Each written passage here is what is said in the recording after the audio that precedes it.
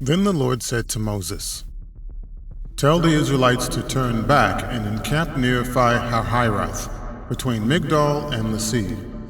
They are to encamp by the sea, directly opposite Baal-zephon. Pharaoh will think the Israelites are wandering around the land in confusion, hemmed in by the desert. And I will harden Pharaoh's heart, and he will pursue them. But I will gain glory for myself through Pharaoh and all his army, and the Egyptians will know that I am the Lord." So the Israelites did this. When the king of Egypt was told that the people had fled, Pharaoh and his officials changed their minds about them and said, "What have we done? We have let the Israelites go and have lost their services." So he had his chariot made ready and took his army with him. He took 600 of the best chariots, along with all the other chariots of Egypt, with officers over all of them. The Lord hardened the heart of Pharaoh, king of Egypt, so that he pursued the Israelites, who were marching out boldly. The Egyptians, all Pharaoh's horses and chariots, horsemen and troops, pursued the Israelites and overtook them as they camped by the sea near Pi-hahiroth, opposite Baal-zephon. As Pharaoh approached, the Israelites looked up, and there were the Egyptians marching after them. They were terrified and cried out to the Lord. They said to Moses, "Was it because there were no graves in Egypt that you brought us to the desert to die? What have you done to us by bringing us out of Egypt? Didn't we say to you in Egypt, 'Leave us alone, let us serve the Egyptians'? It would have been better for us to serve the Egyptians than to die in the desert." Moses answered the people, "Do not be afraid. Stand firm, and you will see the deliverance the Lord will bring you today.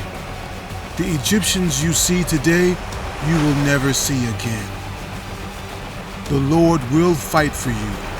You need only to be still." Then the Lord said to Moses, "Why are you crying out to me? Tell the Israelites to move on. Raise your staff and stretch out your hand over the sea to divide the water so that the Israelites can go through the sea on dry ground. I will harden the hearts of the Egyptians so that they will go in after them, and I will gain glory through Pharaoh and all his armies, through his chariots and his horsemen. The Egyptians will know that I am the Lord when I gain glory through Pharaoh, his chariots, and his horsemen." Then the angel of God, who had been traveling in front of Israel's army, withdrew and went behind them. A pillar of cloud also moved from in front and stood behind them, coming between the armies of Egypt and Israel. Throughout the night, the cloud brought darkness to the one side and light to the other side, so neither went near the other all night long. Then Moses stretched out his hand over the sea, and all that night the Lord drove the sea back with a strong east wind and turned it into dry land.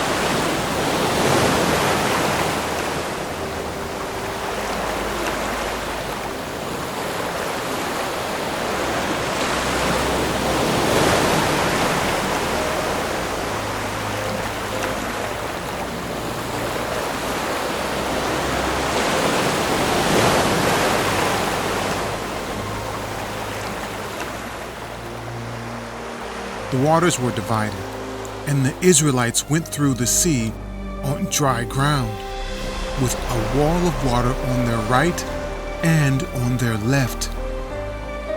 The Egyptians pursued them, and all Pharaoh's horses and chariots and horsemen followed them into the sea.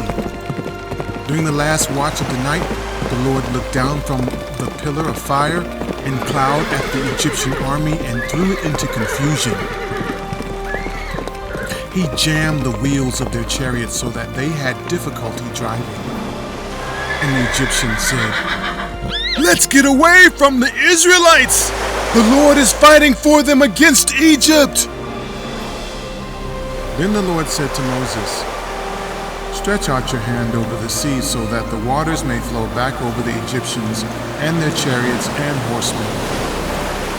Moses stretched out his hand over the sea, and at daybreak the sea went back to its place.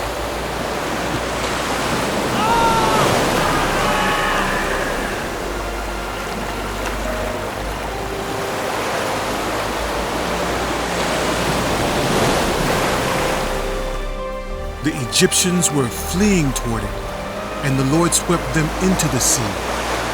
The water flowed back and covered the chariots and horsemen. The entire army of Pharaoh that had followed the Israelites into the sea, not one of them survived. But the Israelites went through the sea on dry ground, with a wall of water on their right and on their left.